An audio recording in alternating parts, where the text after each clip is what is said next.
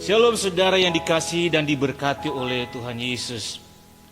Renungan firman Tuhan pada saat ini saya akan sampaikan Roh Kudus di dalam kita untuk memberikan kekuatan dan meneguhkan iman kita. Hari-hari ini semua manusia di bawah kolong langit ini mengalami masalah yang sama atau situasi yang sama, yaitu masa pandemik COVID-19.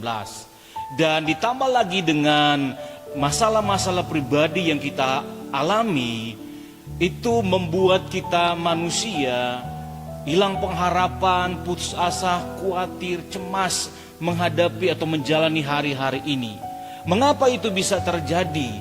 Yang harus kita ketahui adalah kita dipengaruhi atau manusia lebih dipengaruhi apa yang terjadi di sekitarnya atau masalah-masalah yang terjadi di sekitar kita manusia.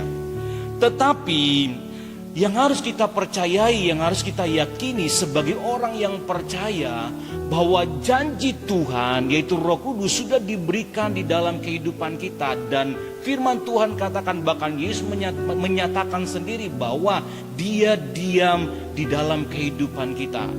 Nah, tujuannya adalah agar supaya Roh Kudus itu berperan aktif dalam kehidupan kita, memberikan kekuatan dalam hidup kita, meneguhkan setiap janji Tuhan dalam hidup kita, sehingga melalui itu kita bisa menjalani hari-hari ini, kita bisa melewati setiap proses, kita bisa melewati setiap masalah-masalah yang terjadi di dalam kehidupan kita. Saya bacakan firman Tuhan di dalam 1 Yohanes pasal yang keempat ayat yang keempat-B. Ayat ini berkata, sebab roh yang ada di dalam kamu lebih besar daripada roh yang ada di dalam dunia.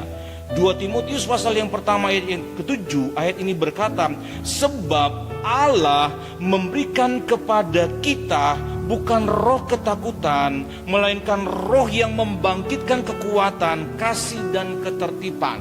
Nah, ini janji Tuhan dan ini firman Tuhan, dan ini yang harus kita percaya bahwa itu sudah ada dalam hidup kita. Roh Kudus sudah ada dalam kehidupan kita. Itu sebabnya yang perlu kita lakukan adalah kita mengaktifkan peran Roh Kudus di dalam hidup kita yang sudah diam di dalam kehidupan kita.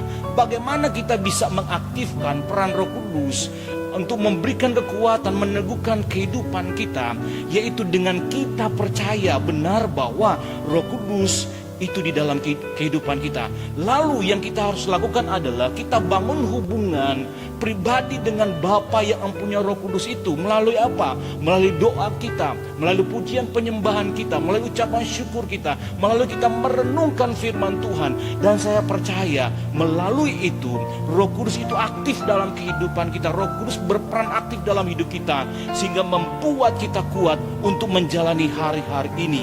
Nah, yang perlu kita pahami, yang perlu kita sadari adalah sebesar apapun masalah yang menimpa hidup kita hari-hari ini, tidak akan membuat kita jatuh, tidak akan membuat kita lemah, tidak akan membuat kita khawatir, tidak akan membuat kita cemas, tidak akan membuat kita pesimis atau hilang pengharapan, tetapi melainkan kita bisa keluar dan kita bisa menang.